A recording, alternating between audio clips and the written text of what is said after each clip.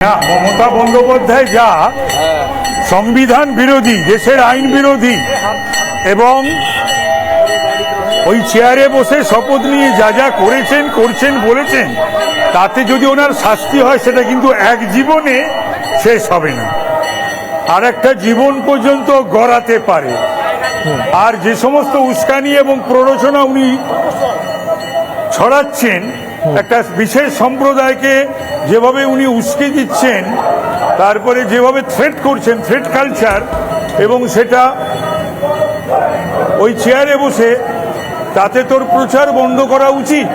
Election commission, ভারতবর্ষের কেন্দ্রীয় সরকার, রাষ্ট্রপতি, রাজ্যপাল, সংবিধান, ল অফ দ্য ল্যান্ড, এত ছাড় কেন ওনাকে দিচ্ছে বহুদিন ধরে, বছরের পর বছর?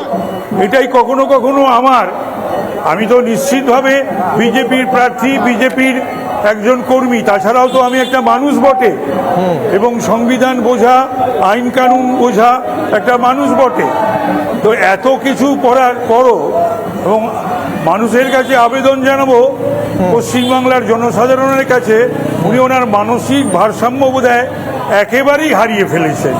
এরকম একজন মানসিক ভারসাম্য হারিয়ে ফেলে একটা মানুষের প্রতি, এই 10 কোটি মানুষের জীবন, সম্পদ, সম্পত্তি, চাকরি, ল অ্যান্ড অর্ডার, এইসব কি ছেড়ে দেওয়া যায়?